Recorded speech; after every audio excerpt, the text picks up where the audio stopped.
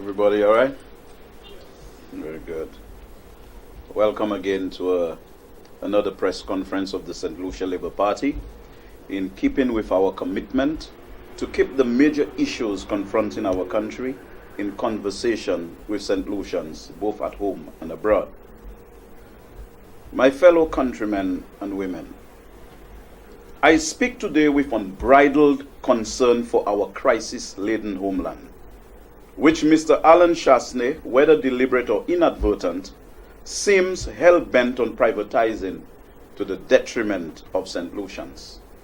From June 6, 2016, Mr. Alan Chasney seems more interested in delivering to vested foreign interests rather than improving service delivery to the people of St. Lucia. Our party, which when in government makes healthcare and education integral parts of how our society should be organized, is appalled by this government's reckless handling of our education and healthcare sectors.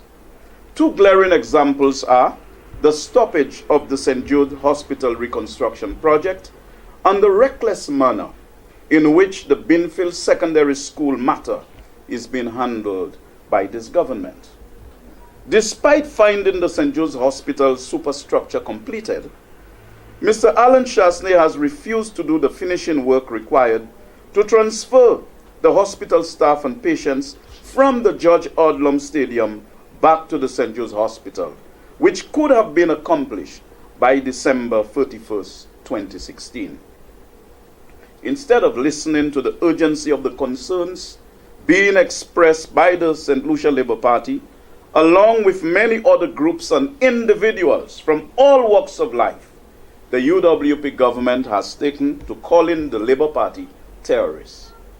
Some of the voices asking for consultation and good sense on our healthcare situation include those of the professionals most closely associated with the sector. Are they also all terrorists? We are satisfied with the various independent reports coming from professional engineers and architects that there is nothing fundamentally wrong with the reconstruction of the St. Jude's Hospital. The unwillingness of the UWP government to dialogue with the general public in this regard confirms the government's inability to defend the stoppage of the St. Jude's reconstruction project. Further, all efforts by the government to mislead the St. Lucian public into believing that there is something wrong with the reconstruction project are being frustrated by the truth emanating from the independent assessments and reports of suitably qualified engineers and architects. No amount of propaganda stunts, such as open day for the UWP constituency groups to tour the St. Jude's Hospital reconstruction site, will deter the general public from clamoring for the completion of the St. Jude's Hospital. Hence, there is a pressing need to urgently complete the St. Jude Hospital, as the George Odlum Stadium is unfit and extravagantly dangerous for the housing of the said hospital for the following reasons. We were conscious of the fact that the stadium is not a hospital, but a camping site for the staff and patients. According to WHO, health, water, sanitation, and hygiene facilities are fundamental for the provision of quality, people-centered care. In developed countries, according to WHO, 1 in every 10 patients is harmed while receiving hospital care, and the stadium in no way provides anything close to the facilities of a hospital. This compromises the ability of the doctors and nurses to provide safe and quality care, and places both those providing and those receiving care at considerable risk. Besides, the stadium is falling apart. It is a physically threatening and life-threatening environment. Further, medical equipment that could assist medical staff with diagnosis are either in boxes or power fluctuations at the stadium preclude their use. But this United Workers' Party does not care about the people of the South, whether they live or die. The stadium cannot withstand maximum sustained winds of a Category 5 hurricane. The St. Jude's Hospital was built to military standard. We have repeatedly called upon Mr. Alan Chasney to complete the St. Jude's Hospital ahead of the 2018 hurricane season. Another hurricane season is fast approaching, and we cannot be guaranteed that we shall be spared a major hurricane. Get our people out of this death trap stadium. We have repeatedly asked Mr. Alan Chasney to complete the hospital now so lives could be saved.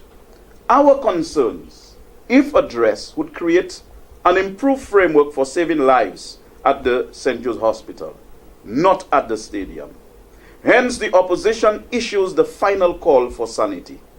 We are calling upon the Alan Chasney-led UWP administration to stop playing petty politics with the St. Jude's reconstruction project and complete the hospital so that our doctors, nurses, staff, and patients at the George Odlum Stadium could finally operate and recuperate in a safe environment.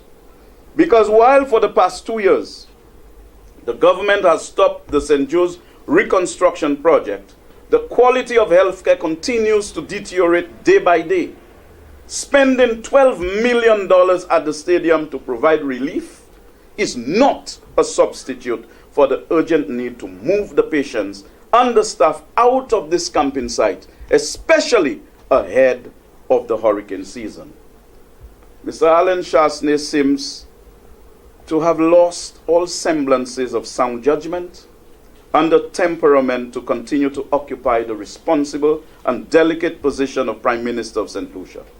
Additionally, the silence of most members of cabinet in the face of such recklessness raises doubts about the legitimacy of the present crop of UWPs to continue to govern this country. Instead of being the Prime Minister of St. Lucia, to improve the lot of the St. Lucian people, Mr. Chasney seems more interested on entering into all sorts of deals with foreigners to acquire public assets such as our hospitals, which were built largely by grant funding received from our development partners and other friendly governments to assist St. Lucia's development. Let me make it abundantly clear that we as a party, we are going to pursue the full spectrum of possible political remedies available to us in a democratic setting to ensure that the St. Jude Hospital is completed urgently to save the lives of our fellow St. Lucians, especially those in the southern part of the island that are more dependent on this healthcare facility.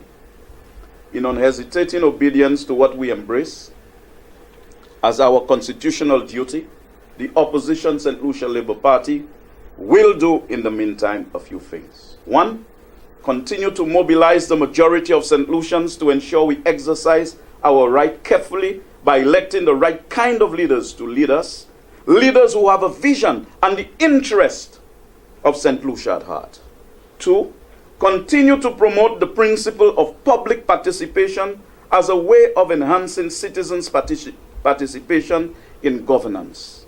Three, continue to advocate the upholding of the principles of accountability and transparency for the purposes of good governance in our country. Four, continue to uphold the laws of the country, respect its constitution, encourage peaceful coexistence, harmony, and mutuality. And five, continue to explore new ways to encourage St. Lucians to be more nationalistic in our thinking if we are to move forward as a nation. The opposition is calling on all social partners to use all available legal means and channels to encourage good sense from the members of our government. Our failure to do so may well contribute to the accelerated decline of our health services and cost the lives of friends, family, and countrymen and women. The other burning issue is education. Not only that the quality of healthcare has been compromised, education has also taken a nosedive under this administration. And in this regard, I call at this juncture our spokesperson on education to address you on this extremely important issue. I thank you. Can we ask you